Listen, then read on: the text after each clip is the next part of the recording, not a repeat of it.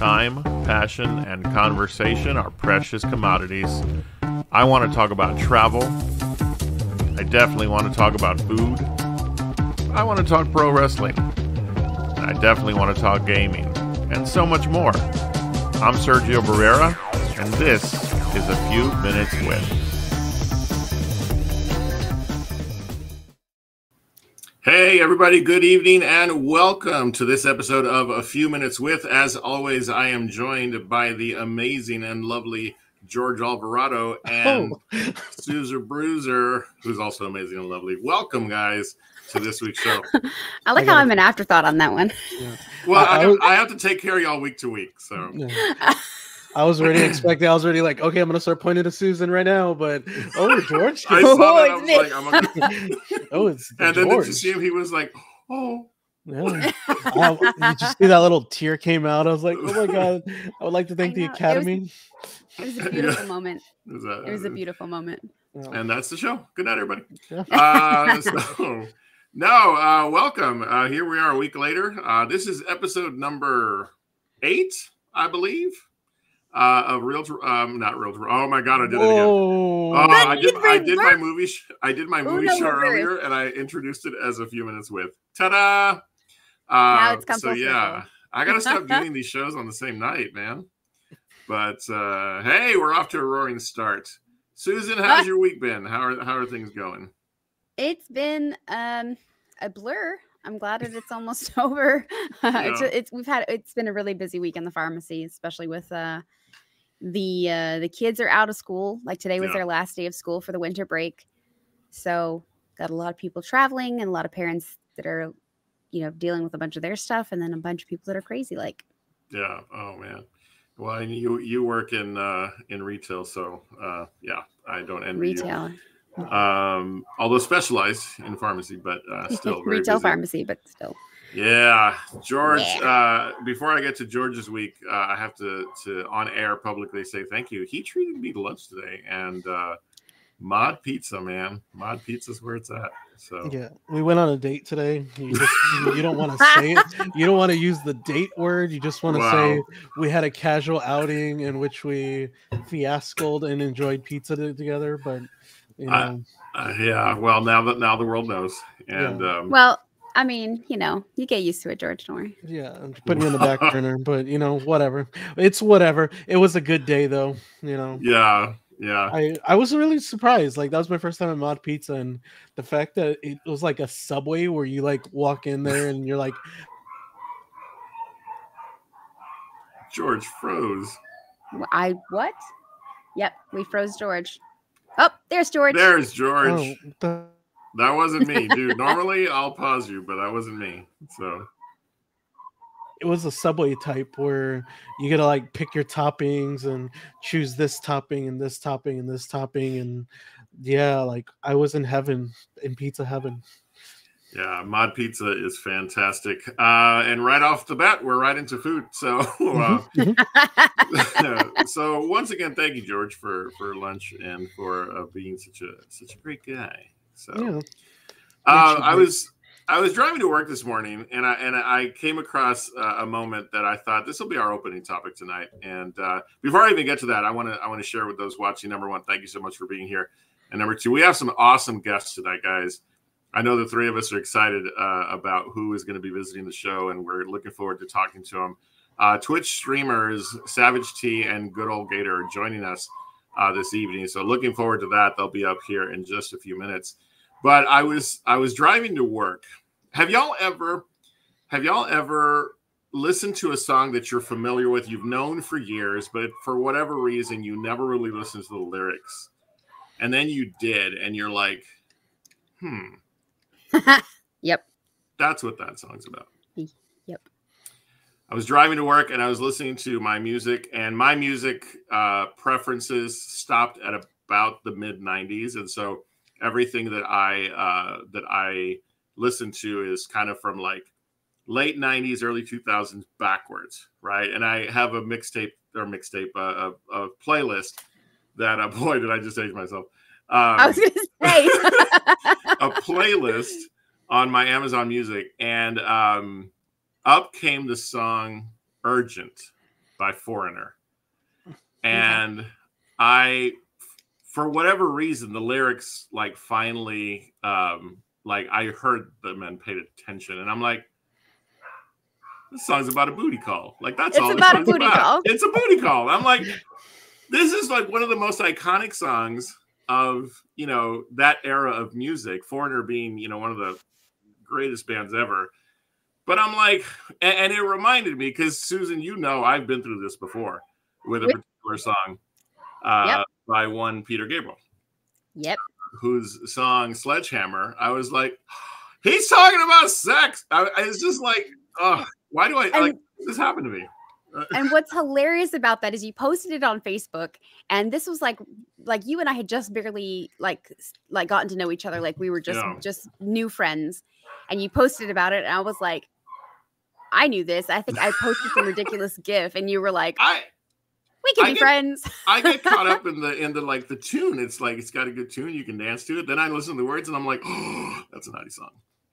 But have y'all ever encountered that? Like, does that happen with music? Do you ever like really listen to a song finally, or is it just me because that's me? No, I mean that happens to me kind of the same way, because I get like you said, get caught up in the way it sounds, and it's the whole package, and then you start okay, so I have hyperfixation because of ADD, so like I will find a song that I like and I'll listen to it on repeat for like 3 days straight. Okay. It drives everybody up the wall. So I get it. But I get it. I obsess over it to the point where I now know every single word because I've heard it so many times, and I can basically like write it down. So after the initial like, I enjoy this, then it becomes a little creepy. Yeah. I mean, the tune, the thing about Urgent, because Sledgehammer I can kind of get, okay, fine, yeah. But Urgent has such a dark tone in terms of the musical styling, right? The melody, the notes, but then when you listen to the words, you're like, this is really something, that this is what the song is about, because I just thought it was a cool sounding rock song, and it ain't about love. George, what about you? any songs like that maybe surprised you later in life? So a couple years back, like gosh, 20 was it 2018, 2017, something like that. I remember talking to a friend of mine, and you know, at the time Apple Music was barely like being something. Well, we were sharing playlists at that point, and it's funny because she's like, I don't think you want this playlist. And I was like, what do you mean this playlist? She's like, oh no, this will get you, this is the playlist that'll get you beyond your feels. I'm like, I don't understand. Like, are we talking about like a love themes, like love songs? Like, you know, is this like old R&B kind of thing? She's like, no, this is when you want to light up a candle. What is it? Dim the lights, relax when you're wanting to be with somebody else. I'm like, I don't understand. She's like, okay, here's The Weeknd. I want you to listen to The Weeknd. And I was okay. And then I remember listening, and then I was like, okay, this is what that type of genre of music is, like, just very sexual, or I guess you want to say. Sure. And then I was like, yeah, sensual. And I was like, is this really like a new thing? She's like, no, listen to Genuine Pony. Oh, and I was like, I mean, that one didn't surprise me. Like, that wasn't what? Yeah. And then oh gosh, and then what was it? The oh god, like R&B, and I want to say it's like more like was it oh god, I'm trying to think of the name, but it's like, I know the lyrics says, I'll make love to you like you want me. That's Boyz II Men. There we go. Yeah, and I was just like, I don't think that's really categorized as that, but it's very it is. Like you know. Although I will say that's probably the most passionless rendition of that song I've ever heard just now. Yeah, by George. Yeah, very much. Like this is not me within a couple drinks in, where you know I turn into one of the Backstreet Boys. You know, we must go out again. Yeah, but no, like it's funny you mentioned that, because that was me a couple years ago. But it's just more of the newer music, and yeah, that's literally a thing, and people have whole playlists dedicated to it, and I'm just like, how do you listen to that? The Weeknd, and I can't tell you how many times I heard "Can't Feel My Face," and and was like, "Yeah, that's a great tune." And then one day somebody was like, "Yeah, it's about drugs," and I'm like, "What?" And then I listened to the words, and I'm like, "Well, god dang." And so, I mean, it's still a catchy tune. So, yeah, music is awesome. Music is awesome. I want to say hello to Bonjour Dom, who has joined the audience. Cap Sparkle Pants also commenting there. For all of you who are joining us this evening here on Twitch Live, we thank you for being here for a few minutes with. We are here on Thursday nights at 9 p.m. Central, and we're just here to talk about whatever the heck crosses my weird mind or just kind of happens to come up throughout the episode. So, yeah, welcome, and thank you for being here. As we move into the main portion of the show, as we get set to welcome our guests on air, I want to kind of remind everyone, if you were with us last week, we had some food controversy topics. And later today, we're going to actually make one happen. So you want to stick around for not just what's about to happen, but for everything that will follow, because we're doing our first 4-hour episode. I'm kidding. No. No, sir. But I think without further ado, we should welcome this week's guests. They stream on Twitch, and they do it well. We're just here to learn more about them because they're some of the most fantastic people I have met on this journey. So please welcome to the show, SavageT and GoodolGator. Guys, welcome to A Few Minutes With. Hi. Hello. Thank you. Thanks for having us. Absolutely. I'm going to jump right in because I don't know if music does weird things for you. I don't know if you're able to hear what was happening, but it's going to be a fun. We just want you to share whatever's on your mind. Okay, I'll set up some questions. We'll talk about them. But I also understand that Savage, you have a food controversy item for us later. I do. That we'll look forward to, and also Gator, we're gonna actually include a topic that you posted about recently. That has to do with shoes and socks. So, oh no, controversy. So yeah, we're gonna have some fun. But while the reason we have you here is number one, we've all connected recently in the world of game streaming, Twitch, and Twitter, and so forth.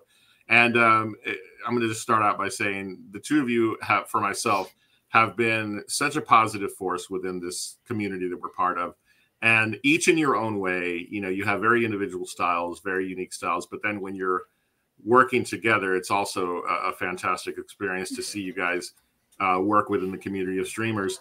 And so I'm curious, just right from the outset, as we begin the process of hearing from you, I'd like to know, how long have you been gaming? What was the thing that got you each into this notion and this world of gaming?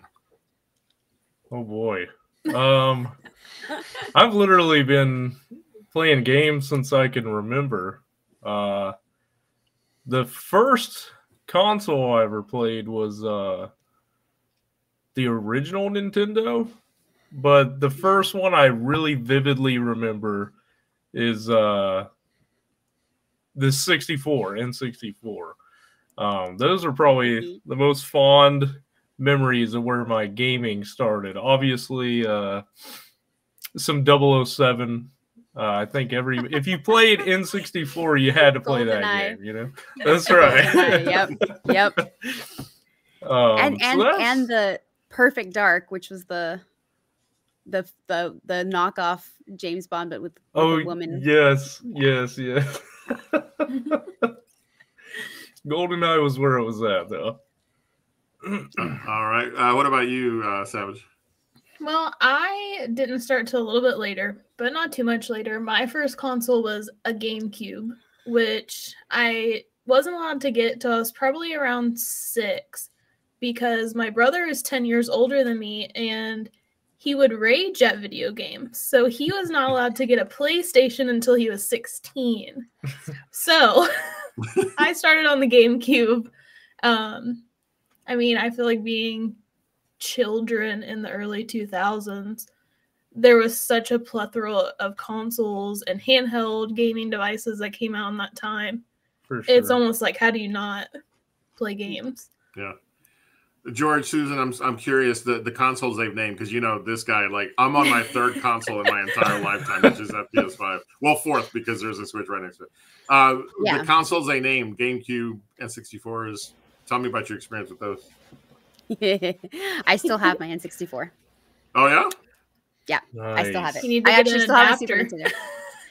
Yeah, I do. I know, and I have everything, and I have it, and I considered it like. I think I even still have a box of games for my Super Nintendo and for my N64, and that was how we got the kids the Wii, a few right when it came out, or a little bit after it came out, and taught them how to use it. Hey, stop! And then taught them this is how we played. Here's a Super Nintendo controller, and they both went.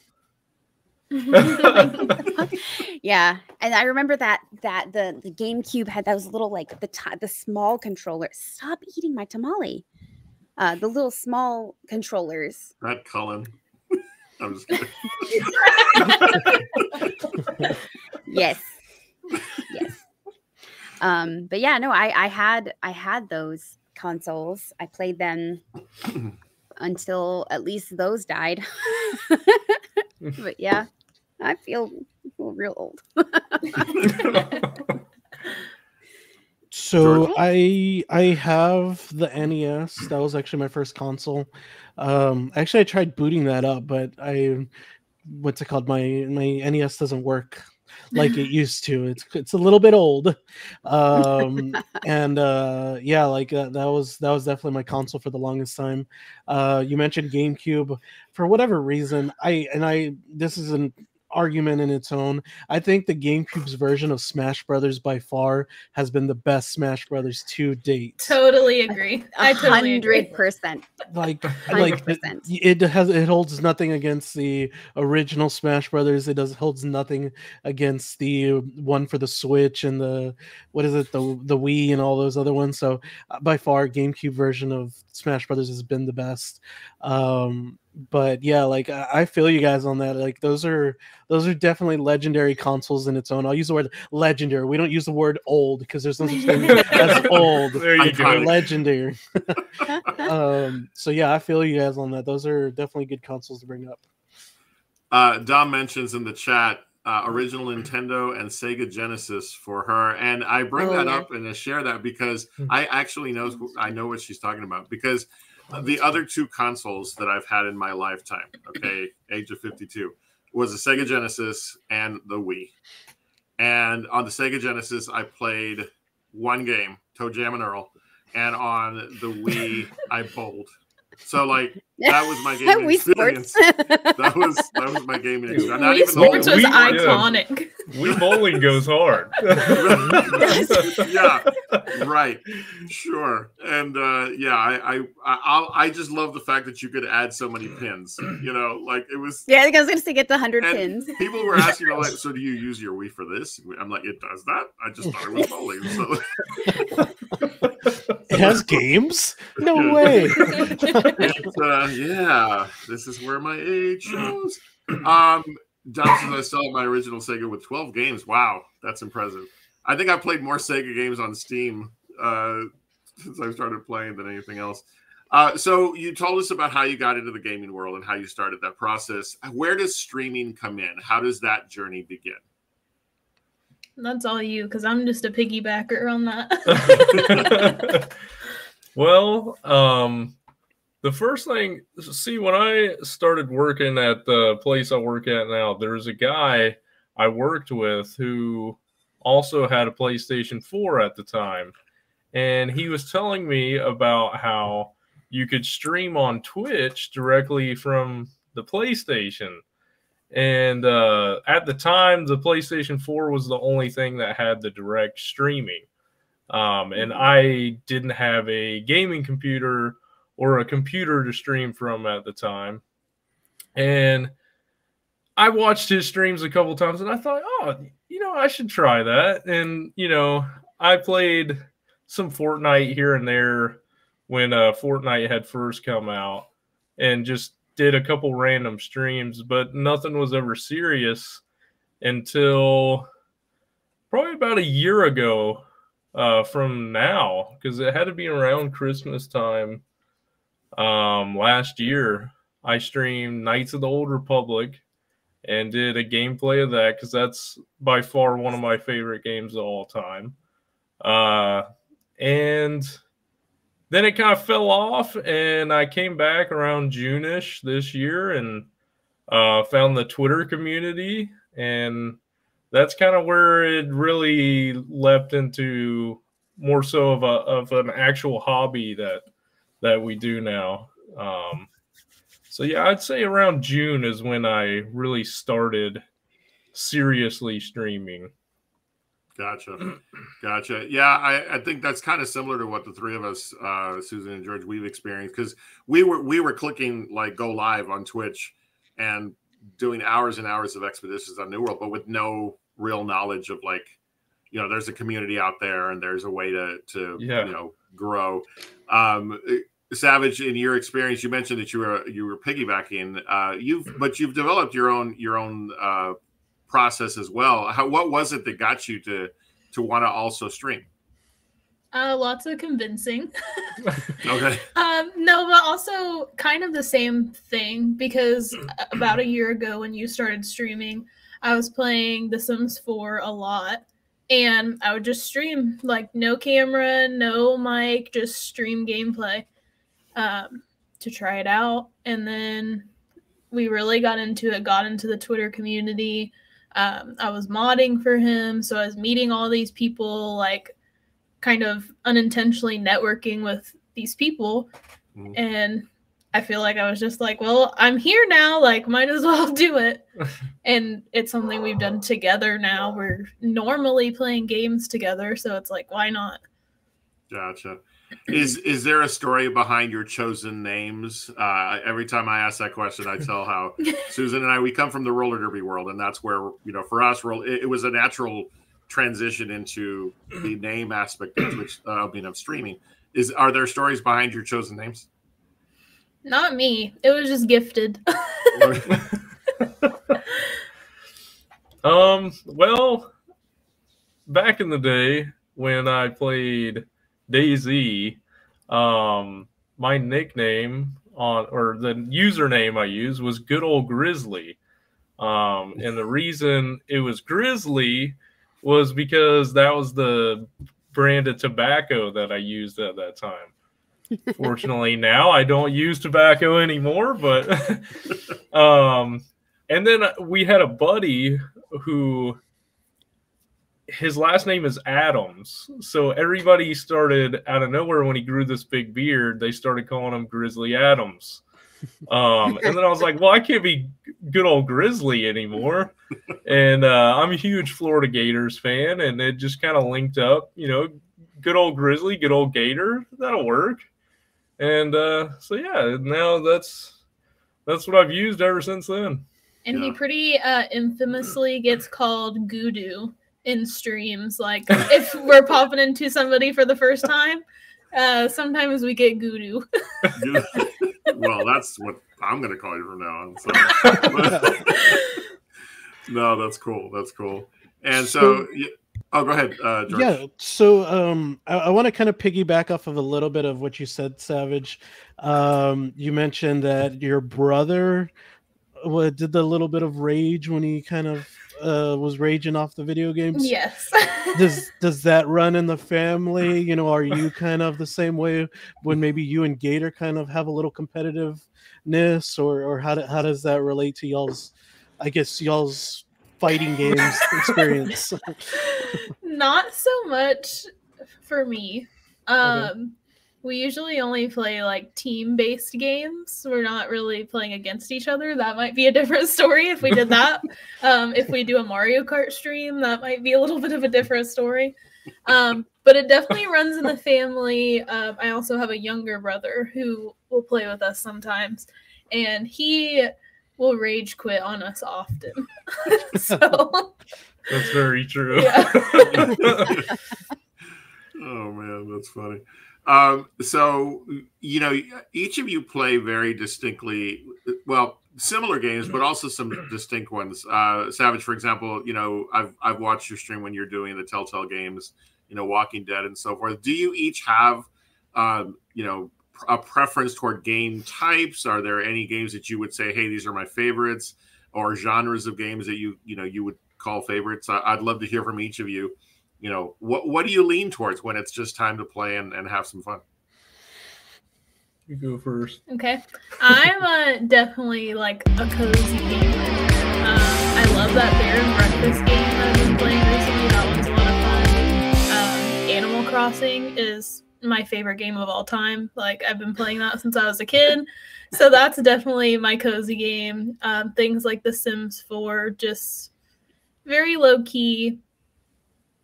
And that's pretty much it. Those three are really what I've been reaching for lately, and what I reach for if I'm playing by myself. So yeah, people would look at the games I have and think you totally are inspiring me to pick the Switch games that I have. So that plus Animal Crossing here from George. So, but what about you, Gator? Well, like when we're playing together, I prefer, you know, the battle royales, like the Fortnite. We haven't played it in a long time, but I think the game that really got you playing games with me was Dead by Daylight. yeah. But I don't know. I don't really have a specific genre or anything that I particularly enjoy. I like RPGs. I like online games. Survival. Yeah, survival is probably a big one for me. Something I want to get back into that I did stream for a while is DayZ. Like I was just talking about it earlier. That's probably one of my favorite games of all time. And obviously, anything Star Wars, I'm down to play. I am never more sensitive about my gameplay than when you jump into my Jedi streams. I want to make him proud. Well, don't let him fool you. He hasn't finished it. I haven't. If I'm being honest, I haven't. I have not finished. Well, don't look to me for tips. So. Have you not finished it because of the story, or have you not finished it because you just haven't finished it? Well, I had it on the PlayStation. Okay. And I don't play on my PlayStation anymore, so it just kind of fell off. Mm-hmm. And it's on Game Pass, so I could download it to my Xbox. I haven't gotten around to it. Yeah. But then you'd have to start all over again. Exactly. Oh man, I know that as I watch you guys stream, one of the things that for me stands out is you have this sort of I'm learning terminology in the streaming world, and you know, words like cozy, words like, you know, what is it, chill or laid back. I really kind of feel like even sometimes when you're playing, I was watching you guys play Overwatch the other night. You managed to take a game like that and make it really palatable to your audience. Is that purposeful, or is that just how you approach? Like, there's no high intensity that makes me, like, as an audience member, feel like, oh my god. Y'all make it feel relaxed. Is that just because of style, or how do you keep a game like that not from feeling stressful? Well, you must have missed my Doom stream earlier today. Lots of yelling. I felt every second of that. I'm not sure if it's just kind of like a natural thing, or what do you think? I just feel like we're not very intense gamers. Like, sometimes we're really bad at what we're playing too, which is also probably why it's chill. Yeah. But we really feed back and forth off of each other, I feel like. So it can get intense, and if, you know, we're down to the last squad and we're in Fortnite, we're getting pretty intense with each other. But for the most part, we're pretty like laid back. And we know how to talk to each other to keep it chill. To kind of go off of what you just said, I think it's more so we truly realize at the end of the day, it's all just video games. Yeah. And we're just playing to have fun. Even when we're playing something like Fortnite, like we could go back to back to back to back of being the first team out, and that happens. I'm still having fun. I think that's a big part of it. Well, that makes total sense. Yeah. I have a question actually. So obviously video games are a part of your life. It's a big part of your life, but that's not the entirety of your life. Like I know you guys have a kiddo. What are some of your other like interests in life? What are your things to do that are not gaming? That's what you do? Hockey's a big part in our household. I couldn't tell. No, not at all. We definitely do. I mean, we go to our local hockey team's games a lot. And obviously watch. We don't miss a Bolts game, that's for sure.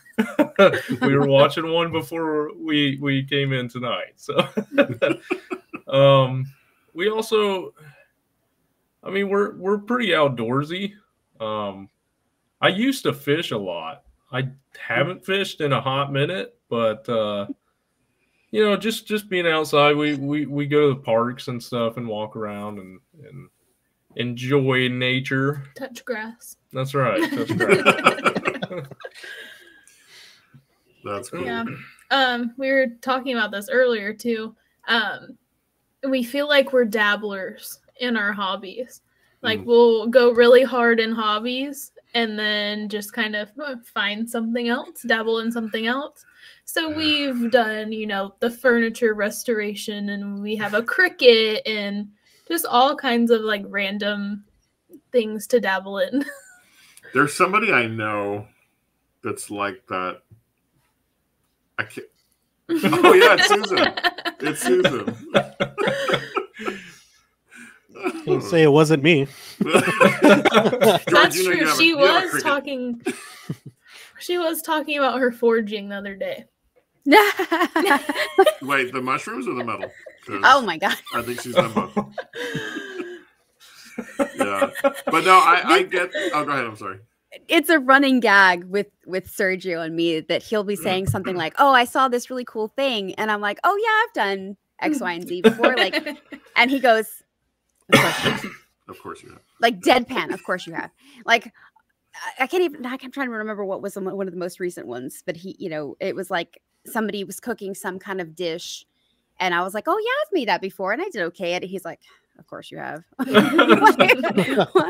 So yeah, it's just experience. That's all. Yeah, no, and I get that. The whole dabbling thing is I collect. If you walked around my house, you could see literally the things I've tried, and while a lot related to cooking.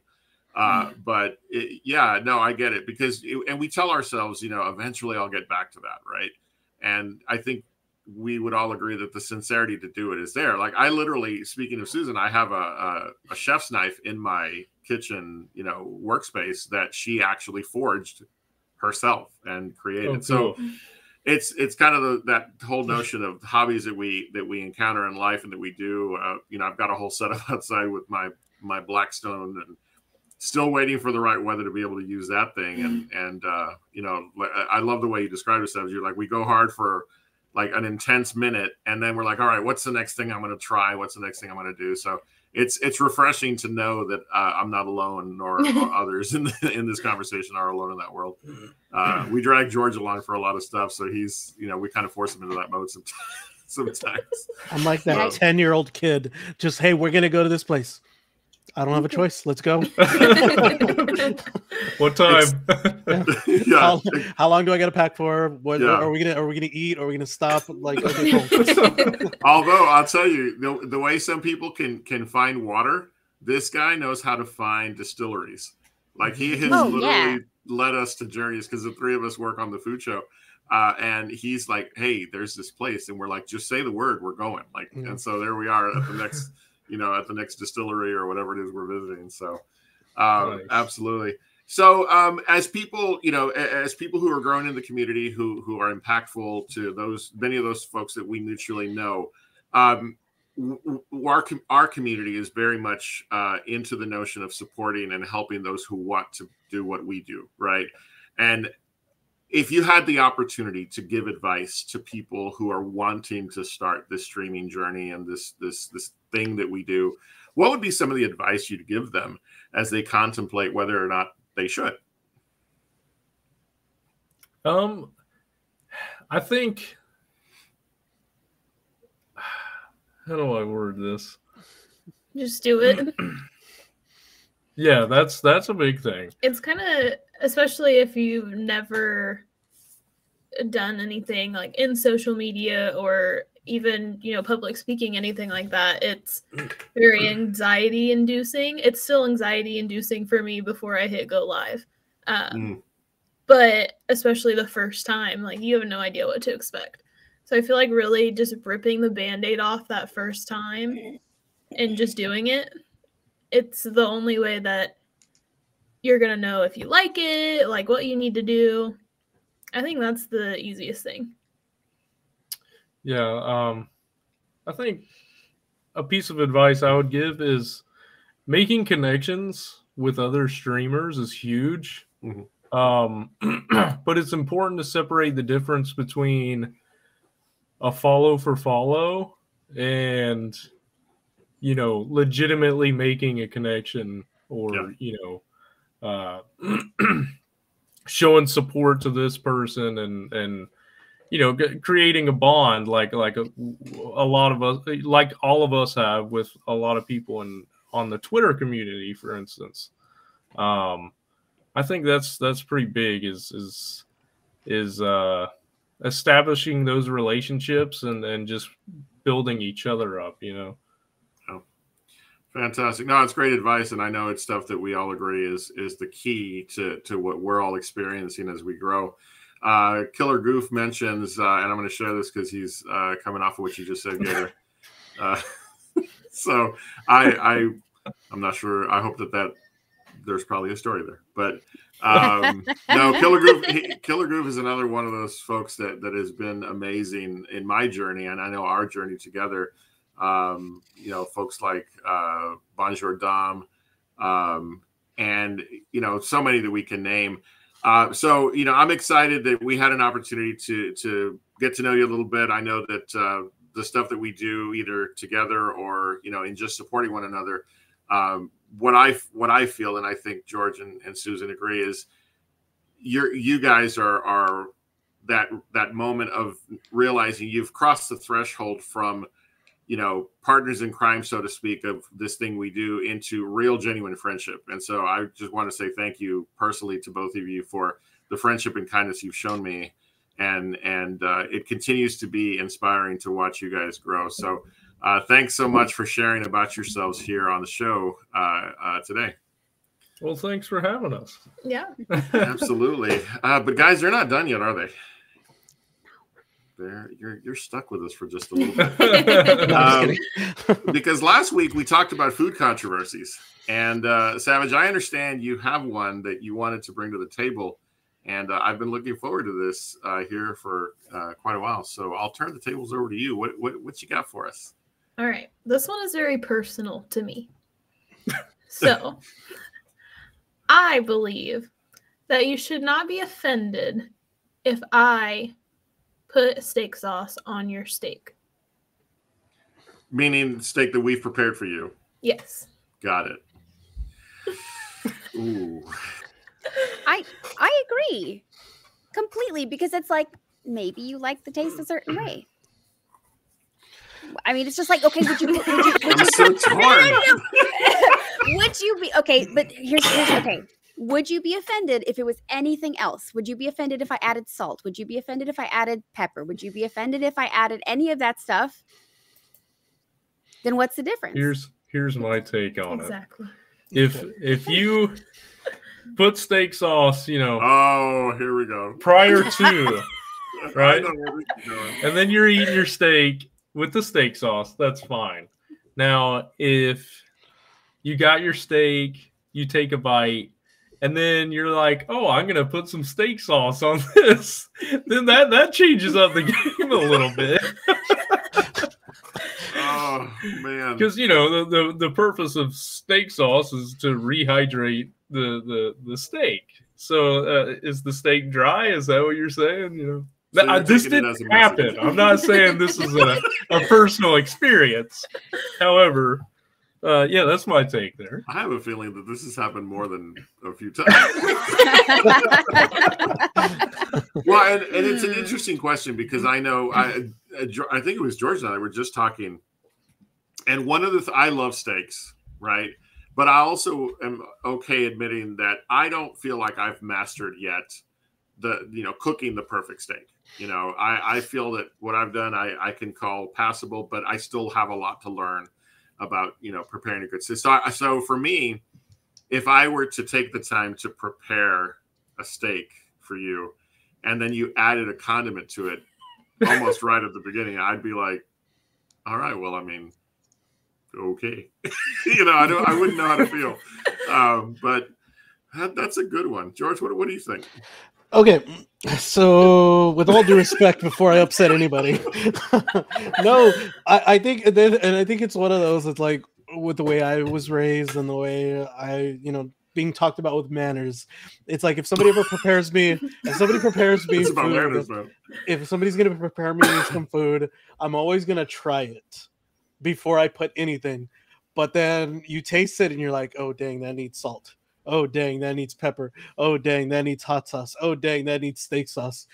Then I'll do it afterwards. But it's more of like, I want to try the experience of what you prepared for.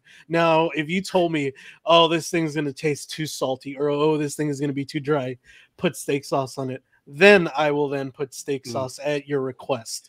But like, yeah, like, I don't know. Like, if you guys were to ever make me like a steak and I'm just like, I'll taste it first, and then I'll be the judge of it, and then I'll drench it with steak sauce or something. Well, that brings up an interesting point then. What if you're in a position where you're someone's guest, they cook that steak for you, there's nothing on the table in the way of condiments of any sort? Do you ask? I'm asking. You're asking? Okay. And I'm asking because I'm not even trying the steak before there's steak sauce on my plate. I don't care if it's somebody that made it for me at their house, if it's a restaurant. I'm asking for steak sauce, and the steak sauce is on my plate before I even take a bite. See, but you get steak sauce because you like that flavor, and that's how you like to eat the steak. Yeah, I eat my steak sauce on my steak, on my baked potato. Is another hot take because I feel the steak should be enjoyed as the way the meat is, because that's where the flavor's at. And if you put this sauce all over it, then it no longer tastes like the steak. I'm okay with that. We're not trying to argue. Based on a comment from one of our viewers, I have to ask the question now, Savage, because Killer Goof, I love cooked steak because I live in a place well known for steak. We do it often because the price is pretty cheap. If you enjoy steak sauce, I think it's allowed. But he follows it up. He follows it up by saying, as long as it's good steak sauce, and A1 is terrible. What is your go-to steak sauce then? My go-to steak sauce is A1 cracked peppercorn. Why do I not know that this exists? I have no idea. Well, okay, no, that's fair. That's fair. Just please don't put ketchup. All right, please. No, I've seen that too many times. I'm like, what are you doing? Don't like in general. Don't experiment ever on steak. Like, just steak sauce is good. Don't try to change the way things are and put ranch dressing or mustard or mayonnaise or don't do that. Yeah. Because I'm sure that there are people out there, and please, people don't stop following because I said that. Yeah. Honey mustard, don't knock it till you try it. No. I love honey mustard. I love honey mustard. Hey, does anyone in this conversation put their fries in mayo? No, I don't like mayo. Then we can still be friends.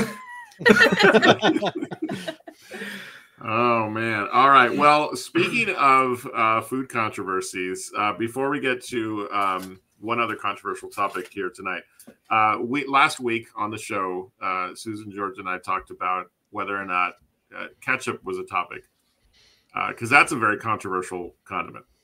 And George, you said something very controversial that almost got you kicked off the show, which was what? Hold on. Tamales goes on, or ketchup goes on tamales. There we go. Now, as a person who was raised in a Hispanic household, I mean, the fact that we're about to do this, I actually, I talked to my mom in heaven and I said, Mom, please, if you're watching, forgive me for what's about to happen, because we said we would try it. And Susan, I believe the three of us are now equipped with tamales. The one that my cat chewed the tip off. Gator Savage, real quick before we indulge this or while we get set up, y'all guys have tamales out there? Like, are y'all pretty familiar what a tamale is? Do they exist in Florida? I'm just making sure. In Florida, not in like outer Mongolia. We don't know what happens in Florida. Yes, but before last week when I was watching you guys, I had never heard of ketchup on a tamale. Okay. Neither did for the first time. Okay. Right. So, all right. And I kind of give everybody a little bit of a sample of what we talked about last week, where the conversation came up because I went out with a friend of mine, went to Bill Miller's. I got a tamale plate, She immediately saw that I brought ketchup over. She was insulted beyond belief of it. She hated my guts for that whole instance. I, to that, almost risked our friendship by putting the tamale, or put the ketchup on the tamale. She almost never hung out with me again. And I'm glad to say she's still my friend. I just went out with her a couple weeks ago. Well, and Savage Gator, I hope we're not making you feel left out, but I wasn't going to risk our friendship on making y'all do this tonight. But if you ever try it, you'll have to let us know. So I did a video on TikTok several months ago, and I put, because there was a trend going around, mustard on an Oreo. Okay. This comes very close to my feeling about what that could be like. So here it is. Ketchup on a tamale. Did I do enough, George?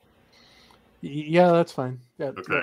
I'm special because I have two different kinds of ketchup. I have spicy ketchup and regular ketchup.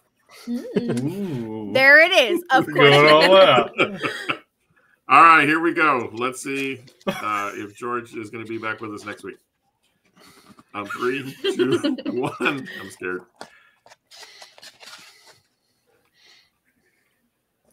It's not bad. It's not that bad. Okay, it is. Ugh. George, you're fired. Hold on. He's loving it. Yep. Wouldn't it be awesome if you saw George's hand reach into my window and be like, okay, I'll take yours.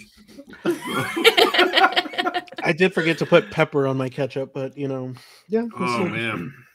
It's funny because for a moment, it's like, oh. Yeah, it's not so bad. And then but then I keep chewing and I'm like, oh. So, yeah.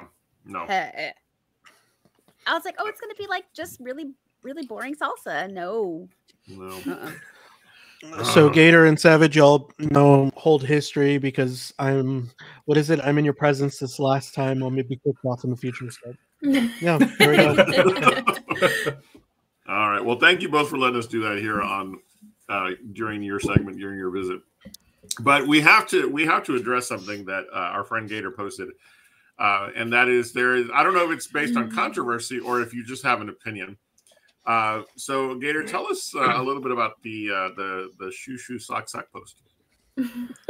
So the order, you should here we put go. your socks and shoes on. Okay. It's sock, shoe. Not sock, shoe. Do you if you know do a sock, shoe, mm-hmm. you're a serial killer. Sergio, do you agree with that? I do because apparently I'm a serial killer. I didn't know this. Let me explain. Okay, look, I am very short and kind of round. So when I go to put my shoes on, I have to grab the leg of my pant and yank my foot up. And so like holding my ankle and like putting my sock on. I'm not going to put my foot back down just to have to bring it back up again in a minute to put my shoe on. I've got my foot up already. I'm gonna put my shoe on.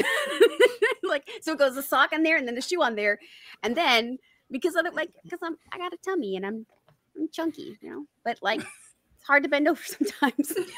I mean, I am part of that same team, and I can't think of a time when I've gone sock shoe. And it's a process. It's a process. I reach down and get my foot up, and I always wipe off. This is like a habit I've had since I was a kid. I wipe off the bottom of my foot. I put my sock on. I put my shoe on. I drop my foot, get my other foot, grab it up by the pant leg, wipe off my foot, put my sock on, put my shoe on. And now I have to put both feet on outdoor mode. I have a breaking news. Apparently I'm married to a sock shoe person. Me too. Oh, no. I did not know this. We've been married Dynamic 30 years. duo. Dynamic duo. I usually wear socks and shoes. This is true. So when you do? So when I do sock. Think about it.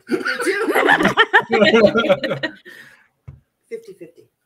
50-50. Okay. I had no idea. Because I hate shoes.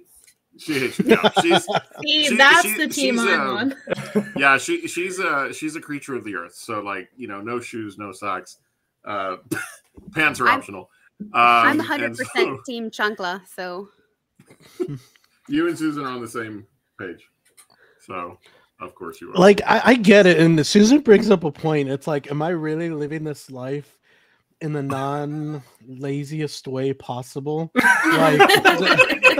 Like underhandedly called me lazy? I mean, but let's just look at it from that perspective. It's like, I'm out of here. Like, you're saving time by doing that. Whereas Sergio, and any true American would actually, oh my God, would put, the views of George are not necessarily put our sock, shoe, and you know, Gator, I agree with you, man. Like, I 100% agree with you, and it's crazy because I've never been like I didn't even think about this, and then Sergio's like, oh yeah, Gator brought it up. I was like, did we just become soulmates or something? Like, we had the simpatico kind of link going on. But to further clarify, it's repetitive motion that I hate. So like having to pick up my foot and then put my sock on and then put it down and then pick up my foot again. That's the unevenness is my problem. Because my brain says, okay, well, I'll put on my sock. Mm-hmm. And then if I put on my sock and my shoe on one foot, then what if my house catches on fire or a serial killer breaks in? Then I'm going to be hobbling to get out because I only have one shoe and sock and then one barefoot. And that just makes me unhappy. Mind blown. What's funny about that statement is that when I brought the topic up to Cullen, he said the exact same thing. If someone breaks into the house, if the house catches on fire, you've got one shoe on and you've got no shoe on. And I'm like, I literally, like, if the house is on fire, if there's a serial killer chasing me, the last thing I'm thinking about is my feet. The first thing I'm thinking about is how fast can I get over that fence? Yeah, but if you have one shoe and then one barefoot, it's going to be not as fast. Well, maybe then you have grip. You risk injury. Yeah. Yeah, that's okay with me because serial killer or sprained ankle, I'll take the ankle. I guess the plus in that equation, though, Savage, is that if it is a serial killer that's chasing you, you're going to know how they have done their shoes and socks. So you'll know. Like, and we didn't even talk about the most dangerous thing out there, and everybody with the exception of Sergio has this problem, and that's kids and Legos. So what happens if mommy, daddy, and then here you are with one shoe on, one shoe off. You're now running across the whole house and you step on a freaking Lego. You're dead for the rest of the year. So there it goes. Like, so you're saying there's too much risk involved in the other method? 1000%. Got it. So I really am a serial killer then, because Stepping on Legos doesn't bother me. No. On next week's episode, Maybe I'm just conditioned to that because I have 3 kids who have like 17,000 Legos between the 3 of them. You just get used. I had to get used to it. Like if I was going to step on something, going into their room in the middle of the night to give them a good night kiss or whatever. Like I'm there. It's either that or it's squeaky toys from the dog, or I'm just going to step on something. Like, you know what I step on more often than Legos? The plug, something that's been unplugged and then the plug is just dropped on the floor. I step on the prongs of that plug more often than I step on a Lego.